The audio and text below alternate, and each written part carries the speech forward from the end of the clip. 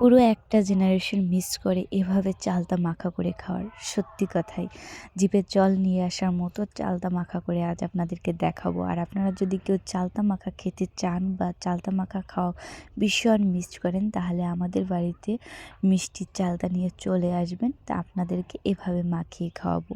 অনেক দিন পরেই চালতা মাখা খাওয়ার ইচ্ছেটা হলো, কারণ অনেক দিন ধরে ভাবতেছিলাম চালতা মাখা করে খাবো খাবো করে, কিন্তু খাওয়া হচ্ছিল না সময়ের অভাবে বা ব্যস্ততা বা অনিচ্ছাকৃত কারণে।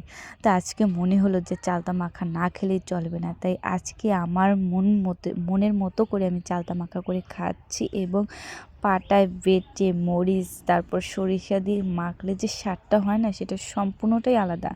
তবে এর স্বাদটা না আপনারা তখনই বুঝতে পারবেন যখন নিজে খেতে পারবেন। আপনাদেরকে সবাইকে একটা কথাই বলবো, এভাবে ধনিয়া পাতা দিয়ে যদি চালতা মাখা করে একবারের জন্য খান, তাহলে বুঝতে পারবেন যে চালতার আসল স্বাদটা কী।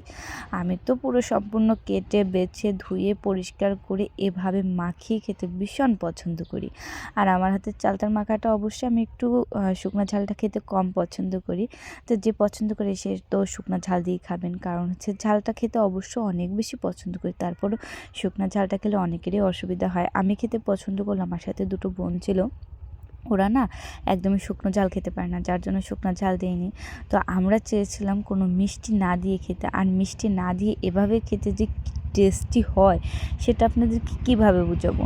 যদি আপনারা কখনো এভাবে চালতা মাখা খেতে চান বা পছন্দ করেন, তাহলে অবশ্যই চলে আসবেন। আর একটা কথা বলি, আমি ভয়েস ওভার করতেছি বাইরে বসে, কারণ রোদে বসে আছি এবং ভয়েস ওভার করতেছি। আর গাড়ি তো যাচ্ছে বা বিভিন্ন লোকজন কথা বলতেছে, সেগুলো আপনারা একটু এড়িয়ে চলবেন।